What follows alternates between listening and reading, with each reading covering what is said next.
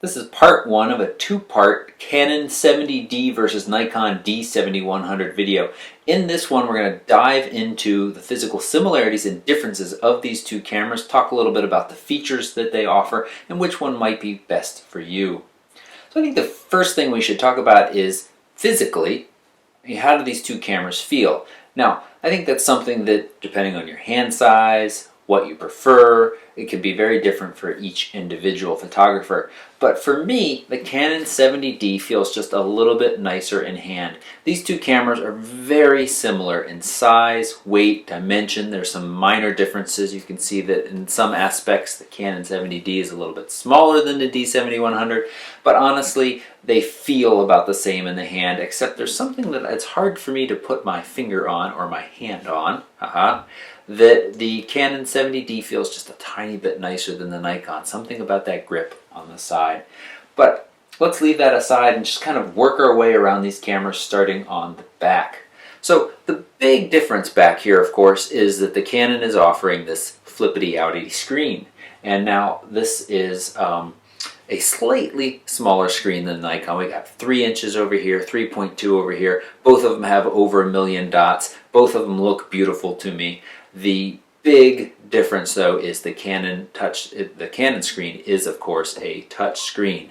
Now, this is something that when it was first announced in the T4i, I, as a still photographer mostly, was not very interested in. I did not think that I would find it nearly as useful as I have found it. It is really useful, and a little bit later on we'll talk about the touch to focus. It's just quite dreamy on the Canon side. It's very nice. The Nikon side, if you're shooting in live view and you want to change your focus point, it's not nearly as dreamy, and it's even a little bit of a drag at times. If that doesn't apply to you, then you don't need to worry about it. But I do have to say that I've been really happy with this touchscreen. I use it far more than I thought I would, even when you have all of these physical buttons available to you right across the top. When we talk about video, this Canon, of course, is offering the headline feature of the dual pixel autofocus. What this means in simple language is that the touch to focus is very, very fast, and if you put it on automatic mode, or as they call it, servo mode, it is camcorder-like in its ability to focus. So right now, servo AF is on, and as I move the camera, it is going to refocus for me, and you can see that that happens very, very quickly. On the Nikon side, it can do that as well in continuous autofocus mode. It is not nearly as fast, and it's not nearly as smooth. I can also touch to focus, and it doesn't really happen any faster, but you can see that it's navigating back and forth between my 2 points. You can also see the stereo microphone picking up my audio levels there as well as I talk. So, touchscreen and autofocus aside, if we're looking through the Viewfinder, the Nikon offers 51 autofocus points, and in a crop mode that the Nikon offers, that the Canon 70D does not, those autofocus points completely cover the frame. You have full coverage. This is also a 100% viewfinder here. It is a little bit brighter. We have 98% viewfinder. And when you look at the two side by side, or look through the two side by side, you do notice a slight difference. A little brighter, a little bigger, not quite as bright, a little bit smaller. But it is a pretty minor difference. But it is enough noticeable. Just 19 autofocus points over here on the Canon. So on paper that sounds like a huge difference, 51, 19. In my real world experience and working through other people's reviews, the autofocus capabilities of both these cameras is quite similar when you're down to a single point by point.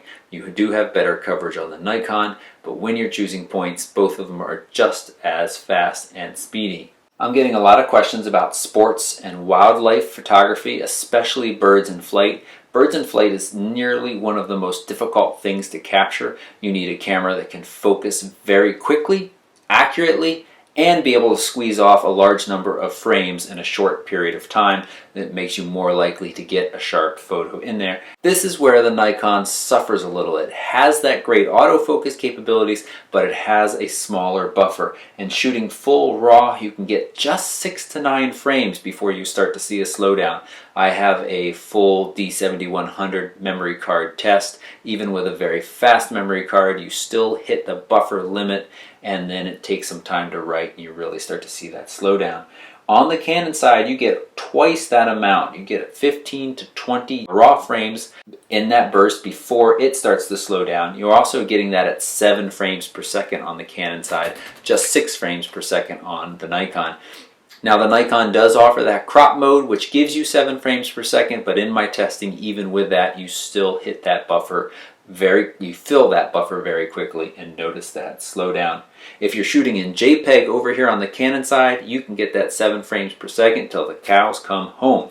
As long as you hold that button down with a decent card, it doesn't even have to be the fastest, but a decent card, you can get 7 frames per second. Let's talk a little bit about the buttons on the back of these two cameras. Despite the fact that this is a touchscreen, there are still all of the physical buttons that were available on the 60D. And as I mentioned at the beginning, it's very nice in its one-handed operation. You have your commonly accessed buttons right up here. You're holding the grip. You touch those, you rotate the dial to set to your desired. The Nikon side is a little bit more of a two-handed operation. You've got a dial on the front and a dial on the back, and you move through your buttons over here on the left-hand side. A common complaint of the 60D is that the buttons feel a little squishy. They don't quite give enough feedback to be satisfactory when you press them.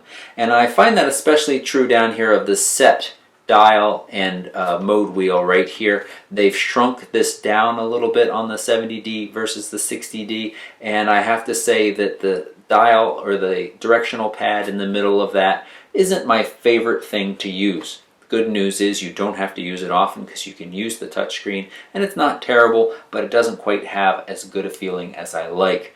The Nikon side, the buttons all feel very, very nice. The dial here has a nice rubberized texture to it and a very satisfying click, click, click as it moves through. And that's the same with the Canon dial up here on the front.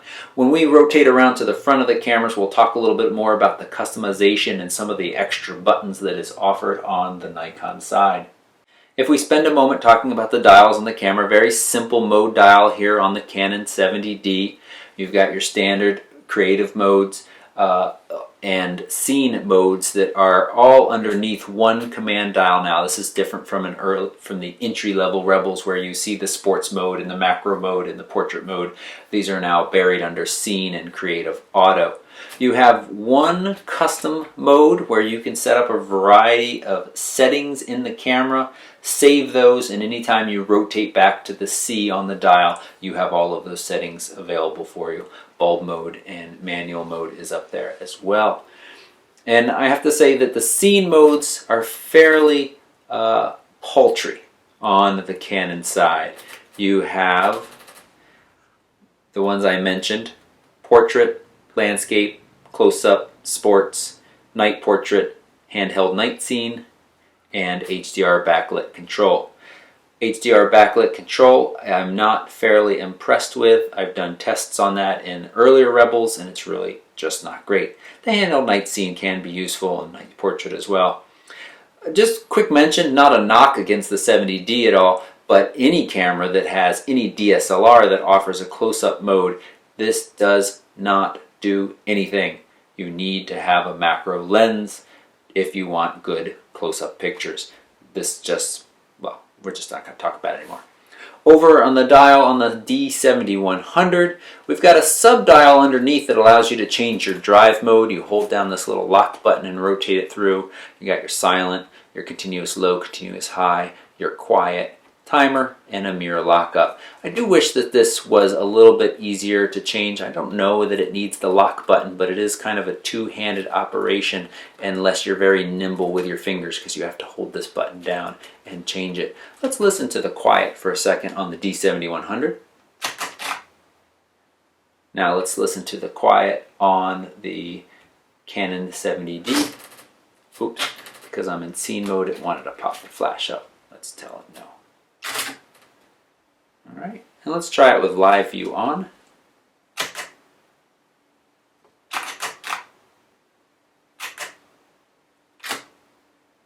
And live view on the Canon 70D. little quieter. Really, we're getting a little bit of magnification from both of these sitting on the table. So it's not a great test, but it gives you some idea of the differences. The Nikon dial has an effects mode up there as well. Much more robust options on that mode. I should have pressed info. And now if we rotate our dial, we can see that we have various effects that aren't present on the Canon. We've got the miniature, and you can use that in movie mode. Selective color, a lot of people like that. I personally find that very gimmicky. And a high key and a low key and background to night vision. So the effects are a little goofy. I wouldn't call those professional, but they can be fun to use. If we rotate the dial around to the scene mode, and now we rotate, we're going to see we have our night portrait, night landscape, party, indoor, beach, sunset. I'm not going to read all of these to you, but you can see that there are way more than are available on the Canon 70D. We didn't really look at the creative auto section on this Canon 70D, which causes the flash to pop up anytime it thinks I want to take a picture. But really all we have over here is our kind of our ambience-based shots, as they call them. And this is different than picture styles, although it seems very similar. And you can shoot in monochrome right there. Let's move around to the side of these two cameras and compare the ports. So the first significant difference we want to talk about on the side of these two cameras is the fact that the Nikon D7100 does offer a headphone jack. No headphone jack on the Canon 70D. This is a big deal for video shooters. It lets you monitor your audio levels in real time. Now both of these cameras provide little meters on the back that show you your audio levels in real time, gives you full manual control over those audio levels, and that can give you good feedback, but there's nothing like being able to actually hear what the camera is capturing to know, and the D7100 offering that headphone jack is a real bonus. Another difference, and this is a good place to talk about the Wi-Fi features, there is a little port here for USB and downloading the pictures obviously, but you can also plug in a $60 Wi-Fi dongle to this Nikon D7100, and that will allow you to connect from a smartphone or a tablet with Nikon's app and do remote shooting and pull images off. One of the really nice things is you can pull full-size images off the camera when you're out traveling around. Now a downside to this setup is that one, you have to plug in a dongle. Two, it is limited to connections to tablets and phones. You cannot connect to a computer. The 70D has Wi-Fi built in. It's a setting within the camera, and you have a variety of options of connecting to wireless access points, connecting directly to a smartphone or tablet and running an app from Canon, which is very similar to what the Nikon offers. A downside to that is you cannot transfer images larger than the S2, which is the 1920 by 1080. So you cannot pull off full resolution files using the Canon 70D. You can, however, connect to a computer. I wish at this time I could say more about that, but I found the software to be so incredibly buggy that the only thing I can get the EOS Utilities Mac software to do is crash every time I try to use that. I will be back with future videos talking more in depth about the wireless options in the Canon 70D, and I have shown I do have one video with a setup and review of the Canon 70D Wi-Fi that you can watch. It shows the full tablet experience. Something else to point out here on the side is the HDMI out ports on both of these cameras. However, the Nikon D7100 does offer full uncompressed HDMI out. That is great to run your video off to an external capture device or monitor for you. Again, better feedback when you're working with video. Let's take a look at the front of these two cameras. So looking at the front side of these cameras, you can see that both share flash buttons that pop up the onboard flash. No real differences there. But the Nikon D7100 does offer a bracketing button, and this is excellent for HDR photographers. Holding that button down and rotating the front and back dials allows you to set a number of shots and the exposure latitude of each of those shots very quickly and very easily. Get in and out of that. That is, of course, accessible through the touchscreen on the back of the 70D, but I still, as much as I love the touchscreen, I love to see dedicated buttons for features like this.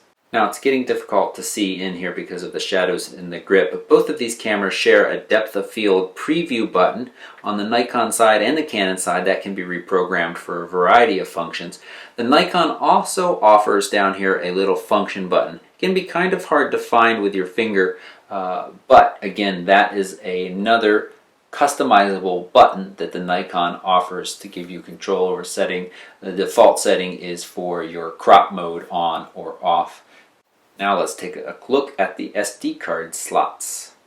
A significant difference here in that the Canon 70D just offers you one SD card slot. The Nikon D7100 does offer you dual card slots, and this has got a little bit more of a professional level feature that I really appreciate. You have the option of shooting RAW to one, JPEG to the other, or using one as a backup. When I'm shooting professionally, I feel a lot more comfortable shooting to larger cards if I have an automatic backup. So it's nice to be able to just pop in one card for a long event and then be able to download all of the images from that one card. If anything went wrong, you had a backup card running that was picking up a secondary copy of all of the images. Now I briefly demonstrated the live view focusing on the Canon side. Right now I have continuous autofocus turned off in still mode, so I do need to use my back button focus if I wanted to focus, but it's a touch and a back button to refocus, a touch and a back button to refocus. Very, very quick, and this touch screen really makes focusing in different areas very nice. It's currently in P mode, so you can see it changing the exposure as I touch on a different area of the picture, the metering. On the Nikon side, as I turn live view on, we can talk a little bit about focusing here. Obviously is not a touch screen as I mentioned before. The focus is quite speedy though, not as speedy as the Canon, but still quite speedy. To change your area of focus, you simply hold down on this little directional pad and then it should refocus. There it goes. And you can see that it's not as confident, and you can see that bit of hunting that has been traditional in all live view focusing cameras, where it hits focus, goes just a little bit beyond to double check, comes back to focus. You do not see that on the 70D anymore, and paired with an STM lens, it is very smooth and very silent. Paired with a non-STM lens, it is still as smooth, but not quite as silent, so you do need to use external audio capture devices. But you can see that I can move the point using the directional pad, and then it's going to refocus sometimes. There it goes. A little bit of trouble over there. I'm going to follow this video up with some actual samples and more discussion about the performance of these two cameras. That's obviously the other important side. Not only how do they feel in the hand and how do they work, but how well do they produce images. That will be in part 2, and we'll talk more then about which camera is right for you. In the meantime, if you have questions about which camera is right for you, there's a link below that leads to my Facebook page. Send me a message or post on the wall and I'd be happy to give you my thoughts, but give me a little bit of information about you, what type of photographer or videographer you are, where you hope to go or grow in the future, and I can give you some suggestions about which one I think is right for you. Thanks so much for watching, and if you haven't already, please subscribe.